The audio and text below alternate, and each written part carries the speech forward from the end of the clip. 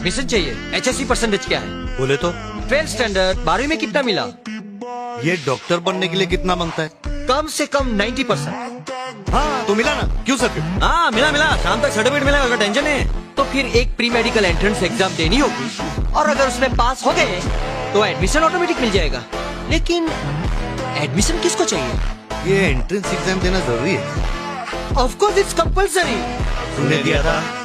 Obviously, मैंने उस exam में टॉप किया था। अरे वेरी गुड यार। ठीक है।